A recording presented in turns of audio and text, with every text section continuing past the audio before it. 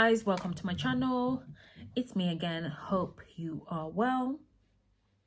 This is chapter 3. If you have not watched chapter 1 and 2, feel free to go watch those before you watch this for this to make sense. This is a continuation of my spiritual journey and where I am and where I ended up, what got me to where I am today.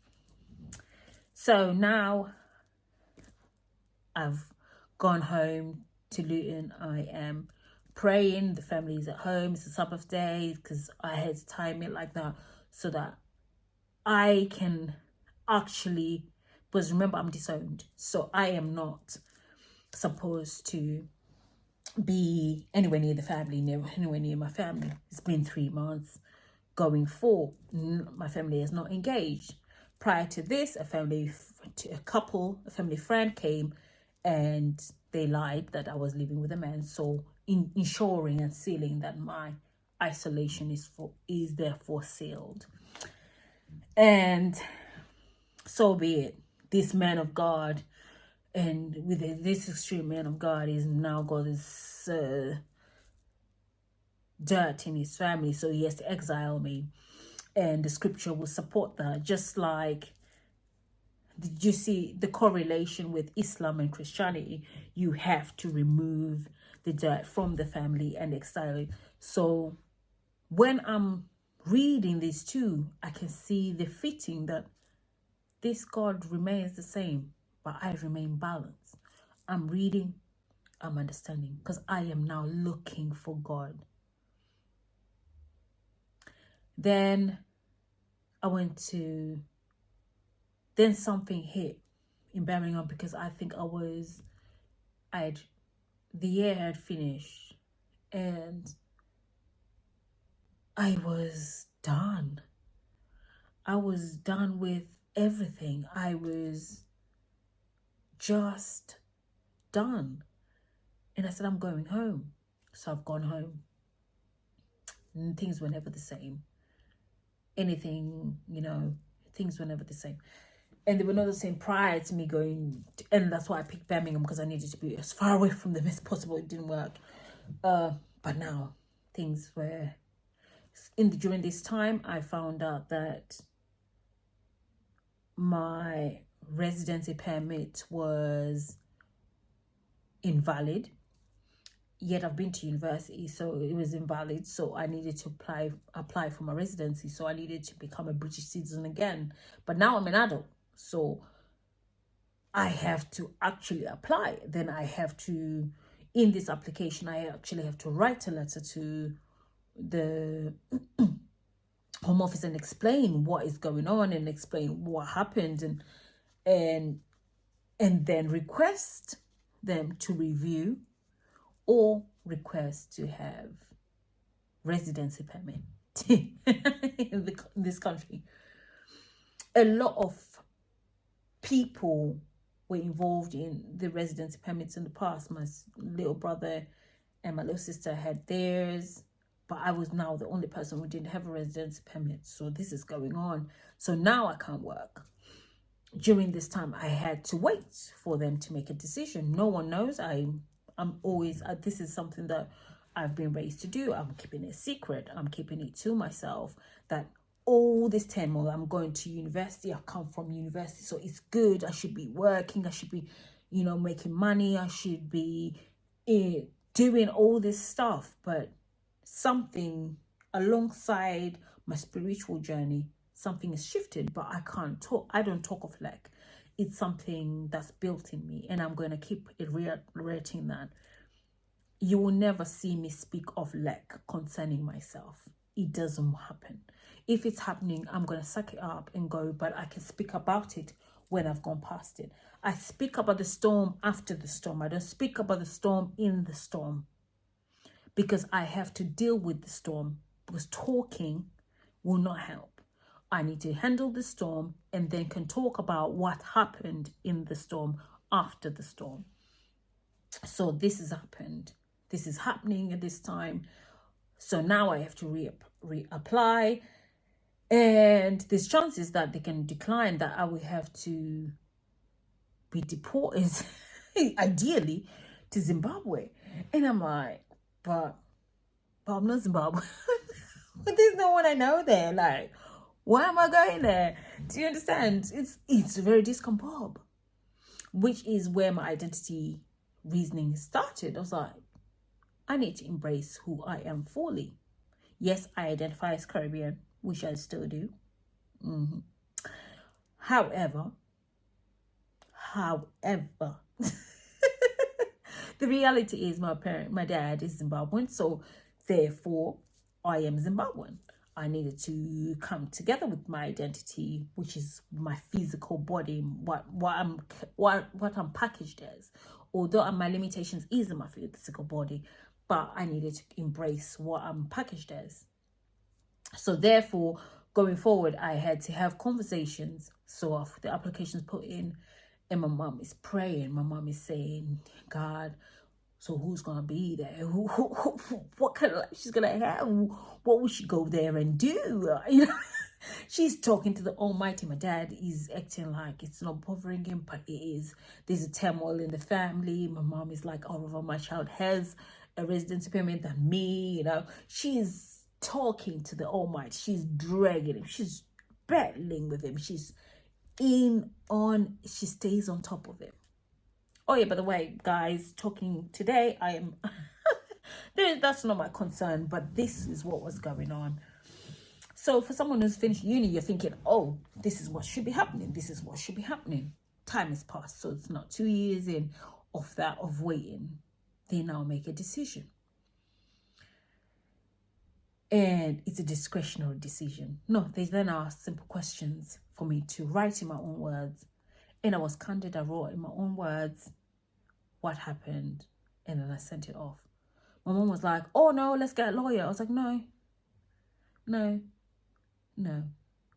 Whatever will be, no lawyer. If it's not your journey, if it's not for you, if it's time for a shift, let's just leave it. You don't want to drown after splattering and worn out. If it's time for you to die, that's how I am. It's time. Oh, that's how I am going to leave this world. Oh, guys, I'm going to take it easy. I'm not going to be battling. I'm not going to be fighting. That's me. Let's just leave it alone. So we've done our bit. Let's let the universe do its bit at the time that God do his bit. They give me a residency permit. Indefinitely, as long as I want to be here, officially. So from that day on, this is 2010, from that day on, I had permanent residence permit, and there was no restrictions on it at all. They gave it to me. And it's like they I don't know. It's like the 2 years never happened, like of pause, never happened. But then I didn't want to be in health sector anymore. I didn't want to be in health. I didn't want to be an ODP anymore. I didn't want to be in theaters anymore.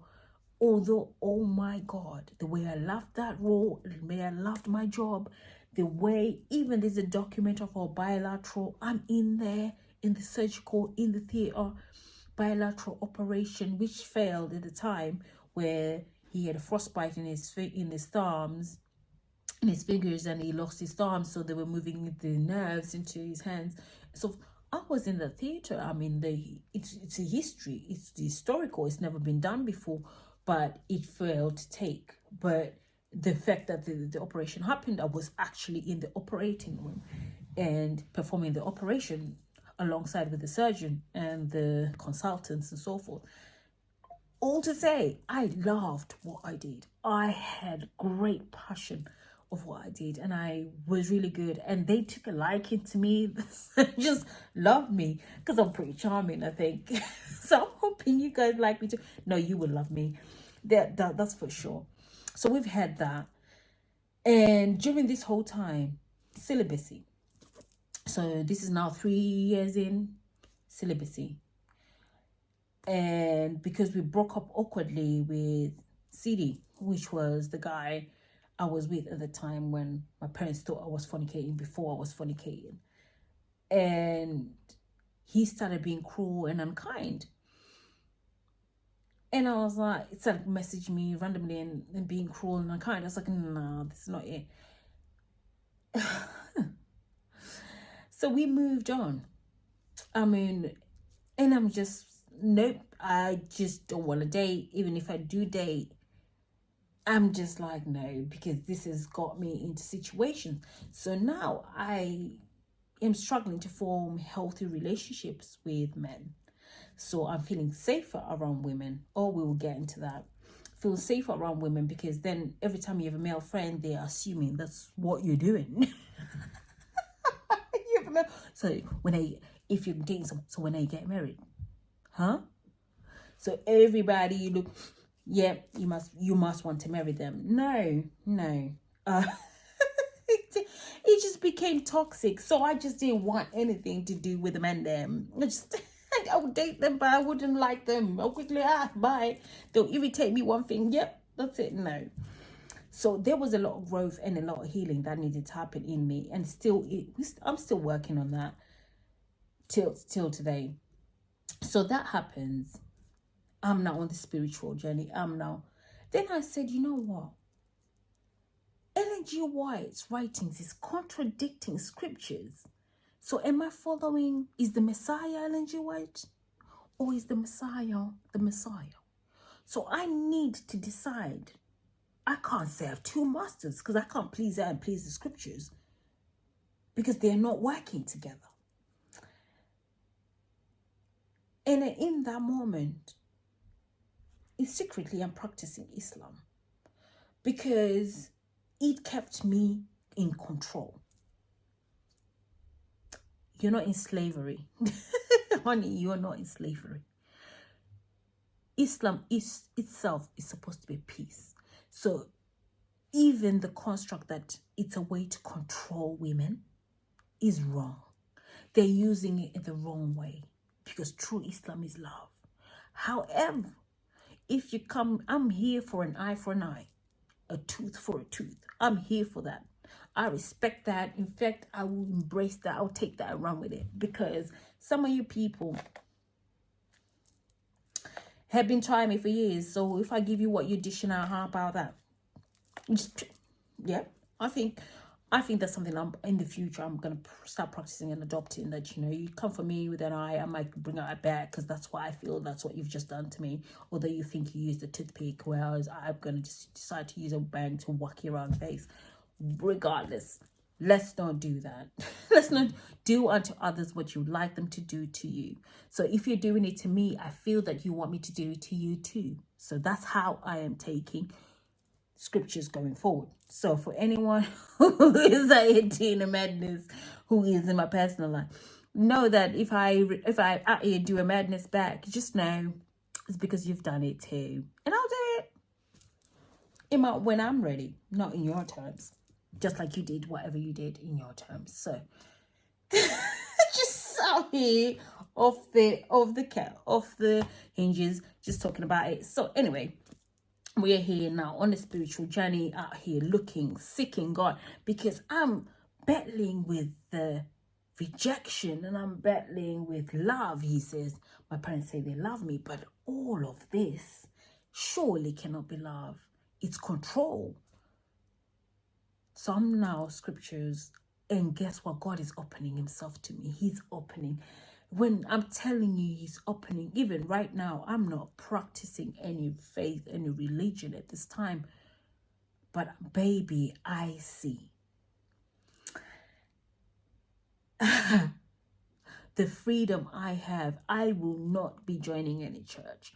I will not become a minister. But baby, you will not use no scriptures, no Torah, no Quran to oppress me. Ever. Going forward, you will not find me in no religious buildings. If I'm there, I'm being respectful. However, not there to worship, because I can worship God anywhere, even in my beds, even in the toilets, even in the bathroom, in the kitchen, anywhere else. It doesn't have to be in a specific building. No. But we're there. I'm seeking God. I'm praying. My dad now has a community center which he's hiring with his own money and paying into that and sharing scriptures and going through Bible studies. First, it's growth.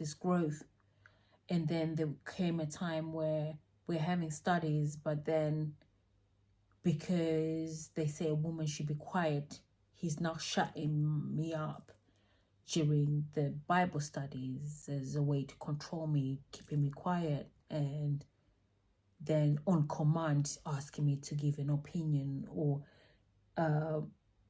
so why am I here if only men should talk? So you guys have your own gatherings by yourself, because I don't need to be here.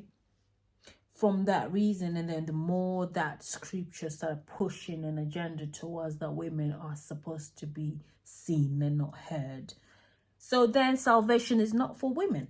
That was my conclusion and understanding. And that's why I think religious organizations are based on, ideally, to oppress. All these religions seem want to be oppressing one gender. But yet, all of you come from that one gender. It's a woman that carries you. It's a woman who manifests you. That's why God goes to Mary. He doesn't go to Joseph and speak to him. He speaks to the woman, the host of a God, the host of a prophet, the host. He speaks to the person who is in charge of life. You're going to have a son. You are going to have a son. Samson's mother, you to her, not to him, to her, you. So if she's a nobody, how come all these heroes in life, Hannah Banana, Hannah speaks to God herself. He answers her. She gives her son. So if they were mute and seen and not heard, how was she able to give a son that belonged to her husband, to the Almighty? Basically, she gave her son for adoption, right? To the church. So all these things, I was like, nah, there's something. It's based on fear and insecurity of some nature that you feel that you have to mute someone in order to. I don't have a problem with anybody being better than me, because guess one thing that God has instilled in me from, I don't even know where I get it from, and is that God does not make mistakes. He put me on this planet to be myself. I cannot be like you, because then I'm denying the world to experience me as myself. And on that note, I always knew that. And then I started going on this journey, and I realized the growth in this Bible study wasn't going anymore. I needed to date. I needed to be around people. So I went back into Adventist church because that's all I knew. So I started going back to church.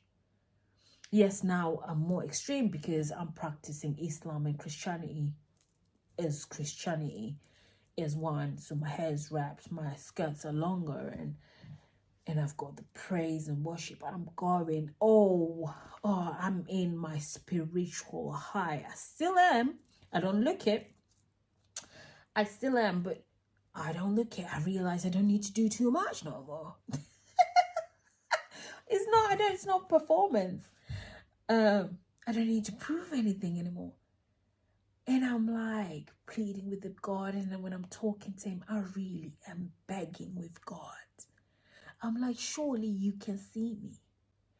I'm praying for a husband, but all I know is he cannot be an Adventist, because guess what? If he's an Adventist, he will have to be an extreme Adventist.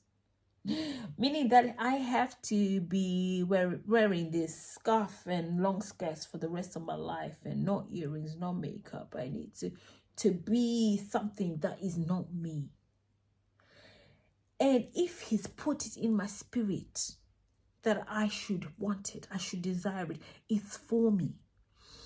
At any time, I've never envied or desired someone else's things. I've never desired someone else's anything.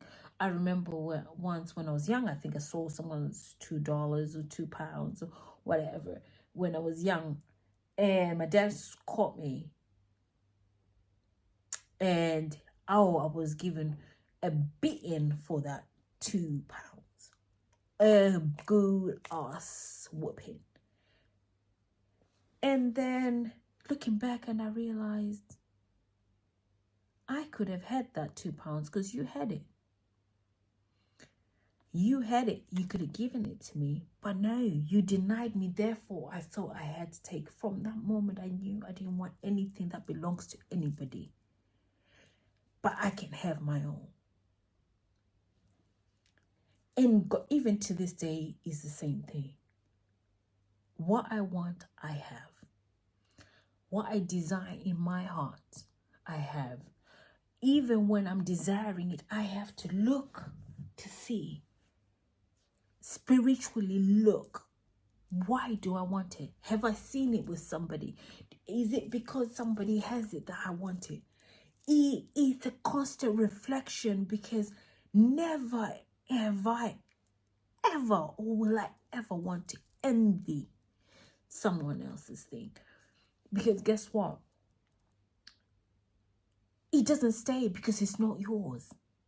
So if you're envious of somebody, whatever you're envious of will not stay with you. You might have it for a little while, but guess what? It will move. It will go because it's not yours.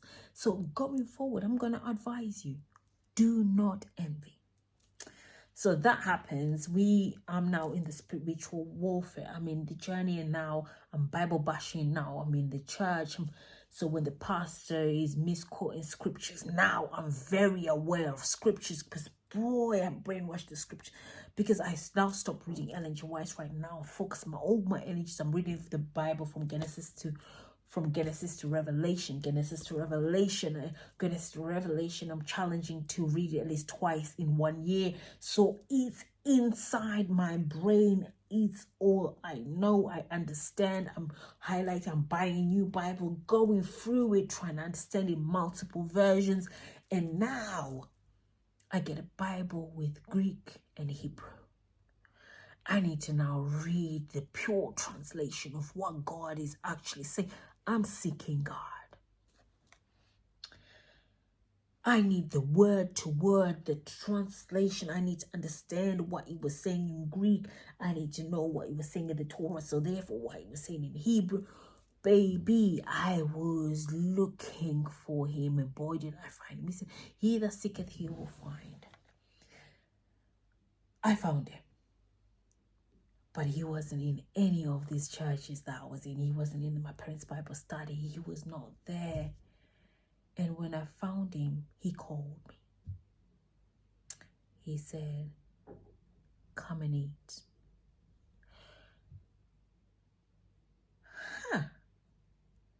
I said, it was when we were praying. I said, did you hear that? He invited me to eat. So I figured that he was meaning scriptures. I figured he was meaning Revelation. I figured he was in. There he was. And from that day,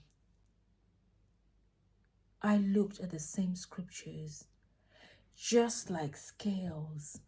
Everything started falling off. Because God doesn't make a mistake. God makes no mistake. One thing that's been constant through my life, even from when I was bullied, is that I was enough. One thing that was consistent no matter what is that I always got you. One thing that was consistent in my life, no matter what I went through, when I stood up for my brothers, when I stood up for my sisters, when I met certain people, was that I always have you and you are safe. Was consistent throughout everything that happened to me that is in my life. I was safe. And it wasn't the person that was keeping me safe. I was safe. Everything I was looking for, external to myself, was in me the whole time. Which led to me saying, I went back to university. I said, okay, so we're going to do this again. I studied pharmaceutical science. I was like, oh, not quite there. Because in science, they want cures, but really, do they? But then you're feeling like you have to conceal your knowledge, because if you're too good, you might end up in a different channel where you don't want to be. But then I don't want to be just a pharmacist. I don't want to end up in pharmacology or pharmacists. I don't want to end up there. I want to create cures. Then I said, no, I want to teach. Actually, I want to educate. I want to see more people like me in studying chemistry, science, and microbiology. Atlanta Metropolitan, where I met my friend Chantel, Vanessa, and Alejandra, my other friends, Simba, and also met other people. And that was a whole transition. And I realized this is not where I'm supposed to be at all. Yes, I've got here. Yes, it's simple. Yes. But nah, I don't want to teach the humans. I don't want to teach all these people. I don't want the burden of being an education. But one thing I liked was the planning. I said, this could work. I started my events company. But then I needed to find my events company. So I started working as a support worker, because my mom was already a mental health nurse. So I was doing this as when I was in uni anyway, but then I needed now to really focus so I can invest in my business, so I can start doing projects, I can start doing things and whatever. So we are here, and now this whole journey begins. I'm more precise, more, it's like I'm finding myself. Then I was going through something, and I was dating someone, and something happened to me. And then I looked at my ears and I was like, what's my reason? What's my reason for not getting my ears pierced? Then the scripture popped up that was doctrinated to me since being in the Adventist church all my life. And then I said, I'm not bound by the laws of this world, because I'm not of this world. And he doesn't judge me based on what this body is done. It's what my spirit is done. Because the scripture says, before you call, I'll answer.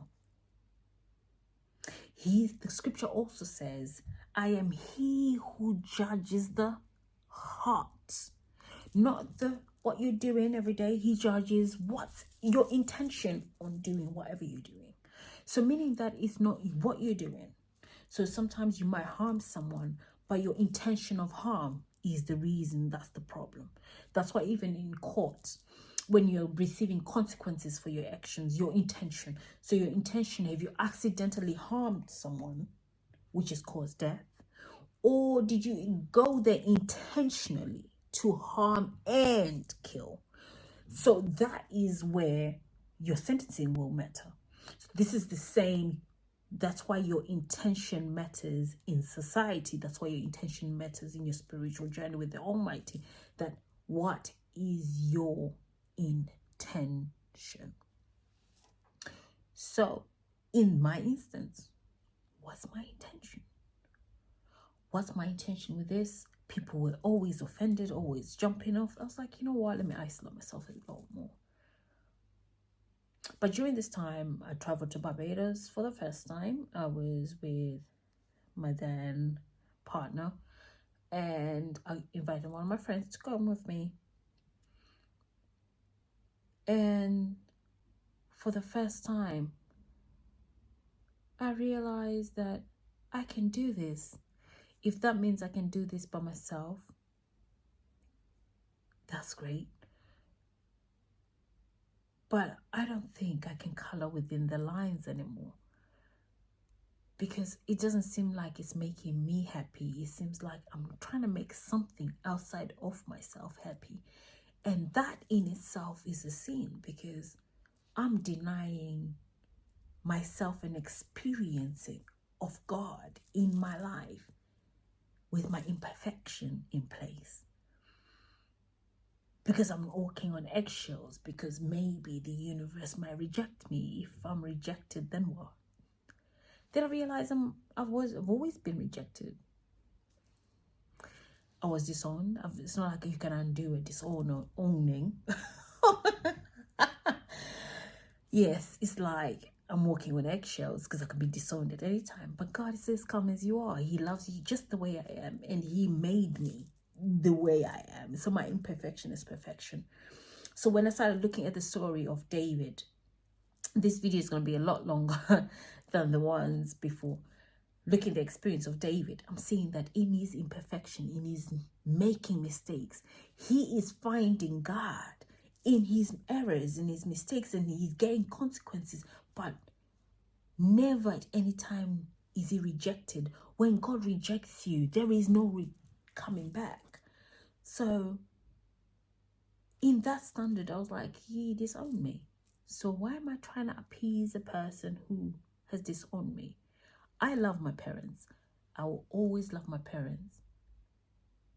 But what happened based on their faith, right?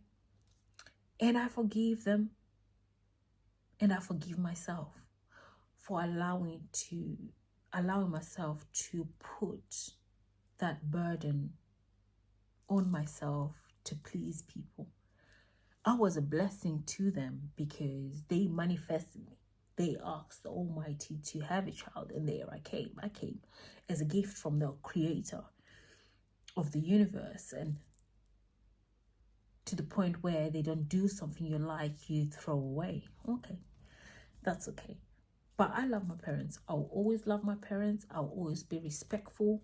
But what I know going forward is that I'm not joining any church. I'm not joining any religion. I'm not joining any constructs that can reject me. I stay outside where I am forever. So yes, you could call me Damish. That's okay. You can call me whatever you like. Feel free right below. It doesn't affect me. When we're having this conversation, it's because I've healed. That's why we can have a candid conversation. Anyway, guys, thank you for watching. This one is a few minutes longer than the other one.